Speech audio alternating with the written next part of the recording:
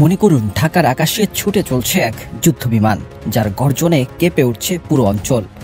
লাল সবুজের পতাকা বুকে নিয়ে যখন এই আধুনিক ফাইটার জেট ঘন্টায় 2000 কিলোমিটার গতিতে আকাশ চিরে এগিয়ে যায়, মনে হয় এ যেন কোনো এক সিনেমার দৃশ্য। কিন্তু এই রোমাঞ্চকর দৃশ্য এবার সত্য হতে যাচ্ছে বাংলাদেশে। নাম ভিক্টোরিয়াস ড্রাগন। চীনের তৈরি এই সেন্দু জেটেনসি যুদ্ধবিমানটি এবার বাংলাদেশে আসতে যাচ্ছে। আর এই খবর প্রকাশের পর থেকে গোটা দক্ষিণ এশিয়ায় ছড়িয়ে পড়েছে আতঙ্ক। বিশ্লেষকরা বলছেন এটি শুধু একটি যুদ্ধ বিমান কেনা নয়, এটি এক নতুন শক্তির প্রতিধ্বনি। একসময় বাংলাদেশের আকাশে ভরসার প্রতীক ছিল পুরনো চীনা F7 বা রাশিয়ার MiG-21। কিন্তু সময় বদলেছে সরকার, ক্ষমতা এখন প্রফেসর মোহাম্মদ ইউনূস। আর তাই বাংলাদেশের বদলেছে দৃষ্টিভঙ্গি। এবার আধুনিক যুদ্ধনীতির এক কৌশলগত গেম প্ল্যানে নাম লিখিয়েছে বাংলাদেশ।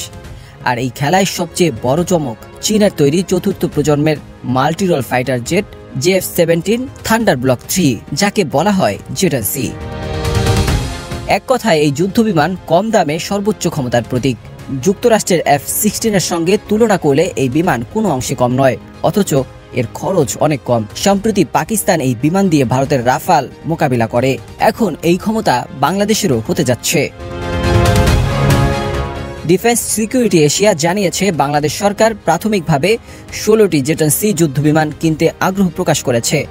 আর এর মাধ্যমে চিরচেনা সেই পুরনো F7 জেট থেকে বেরিয়ে আসবে বাংলাদেশ, উড়বে নতুন উচ্চতায়। Air vice marshal Hasan Mahmud Khan ইতিমধ্যে জানিয়েছেন বাংলাদেশ এখন আধুনিক যুদ্ধবিমান ও হেলিকপ্টার কেনার ব্যাপারে সরাসরি সিদ্ধান্ত নিয়েছে। সেই তালিকায় শীর্ষে রয়েছে এই ড্রাগন জেট। প্রশ্ন উঠেছে, কেন এই হঠাৎ সামরিক তৎপরতা? বিশ্লেষকদের মতে এর পেছনে রয়েছে মিয়ানমার ও ভারতের ভূরাজনৈতিক উত্তাপ। মিয়ানমারের জান্তা সরকারের বর্বরতা ও রোহিঙ্গা সংকটের দীর্ঘসূত্রতা বাংলাদেশের যুদ্ধনীতি বদলাতে বাধ্য করছে।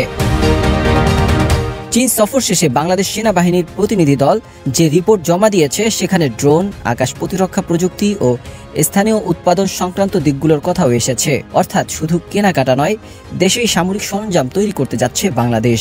এই সব মিলিয়ে বোঝাই যাচ্ছে বাংলাদেশ এখন কেবল প্রতিরক্ষায় প্রস্তুত হচ্ছে না, বরং নিজেকে একটি অঞ্চলের মিনি মিলিটারি পাওয়ার হিসেবে প্রতিষ্ঠা করতে যাচ্ছে।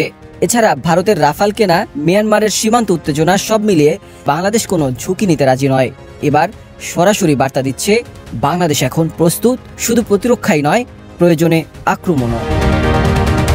জেটেনসি যুদ্ধবিমান শুধু একটি যুদ্ধবিমান নয়, এটি দক্ষিণ এশিয়ার আকাশে বাংলাদেশের উপস্থিতির ঘোষণার প্রতীক। আকাশ কার? এই প্রশ্নে এবার বাংলাদেশও নিজের নাম লেখাচ্ছে। Desk report, 21 television.